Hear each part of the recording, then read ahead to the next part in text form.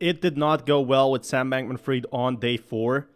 Sam Bankman-Fried's 4th day on the stand did not go well, as he has stepped down from the stand after 4 days of testimony in his criminal fraud trial.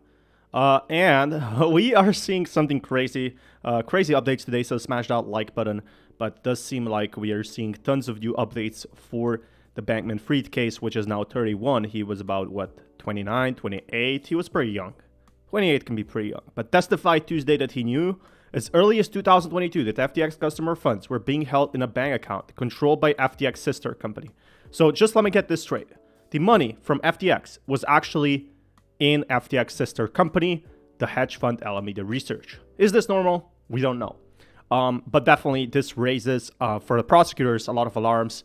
Imagine having your, all your family cash on your sister's bank account. Is this normal in the family to have all your money on your sister bank account and then declaring bankrupt? Probably not, So this is crypto, but there's still rules to be applied. And the government has countered Bankman-Fried was well aware that he was misrepresenting key aspects of his business investors, friends in high places. So what we saw that Bankman-Fried actually had some pretty good lunches as well with prime minister. So that was the 4th day of recap, which is pretty something else. In November last year, after FTX had frozen customers' withdrawals amid a liquidity crunch, Bankman-Fried offered to open up withdrawals for all Bahamian customers.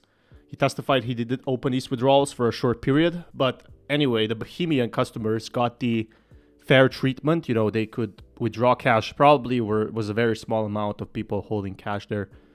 But he doesn't recall directing Alameda employees not to spend FTX customer deposits.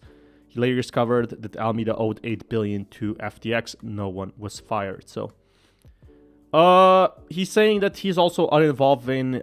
He handed off the role to Alameda CEO. He stepped back from the firm significantly as the majority owner. He said he got updated financials periodically and was involved in many venture investments. He basically said he was not involved in trading, so people were doing the trading for him. I was essentially uninvolved in those corporations. Asked about what happened in the FTX, and Alameda had never had any overlap.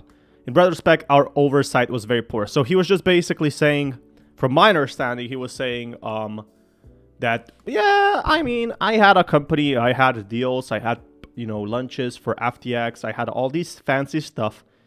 But Alameda, no, that's not my thing, that's not me, and I didn't fire anyone after I found out that tons of money was going from FTX to Alameda. So it seems like this is his point, and he's getting pretty asked a lot of things.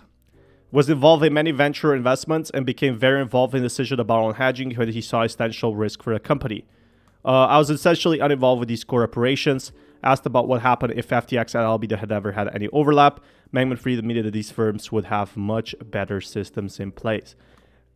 In retrospect, he said there was no control or regulation over the two exchanges.